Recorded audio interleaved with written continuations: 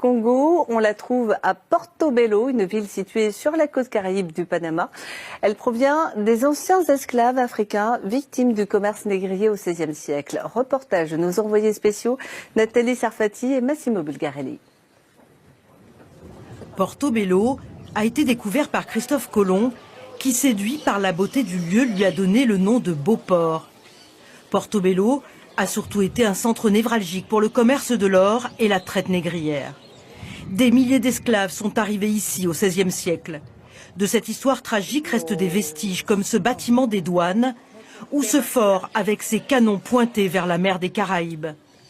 Reste aussi et surtout une culture, la culture Congo et sa gardienne du temple, Mama Hari. La plupart de ceux qui ont été emmenés dans cette région viennent du Congo. Tout ici est Congo. La langue c'est Congo, tout ce qui est fait c'est Congo. Nous sommes Congo parce que nous sommes des Africains, des descendants d'Africains. Mama Hari est intarissable quand elle évoque les ancêtres et leur souffrance pour bâtir ces immenses murs de corail. Les maîtres espagnols ont obligé les esclaves à s'immerger dans les profondeurs de la mer pour y couper ces coraux. 95% des habitants de Portobello sont d'origine africaine et la culture Congo fait partie intégrante de leur quotidien. Depuis 3 ans, ils ont même leur musée. Ici, on apprend comment les esclaves ont lutté pour leur liberté, comment ils ont adapté leurs connaissances traditionnelles à l'environnement local. Une histoire singulière qui a valu à la culture Congo d'être inscrite depuis novembre 2018 au patrimoine culturel immatériel de l'UNESCO.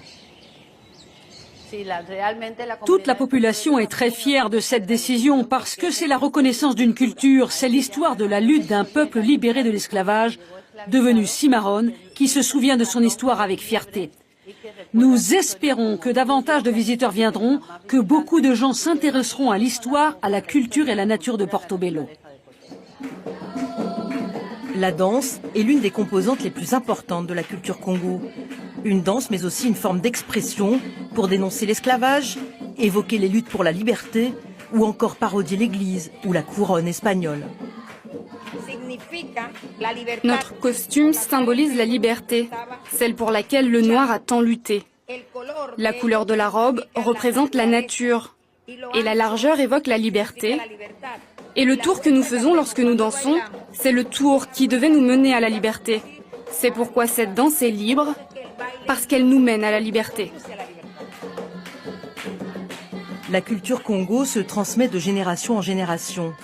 Les jeunes perpétuent cet héritage des esclaves africains. Ils sont les garants de leur histoire. Ici,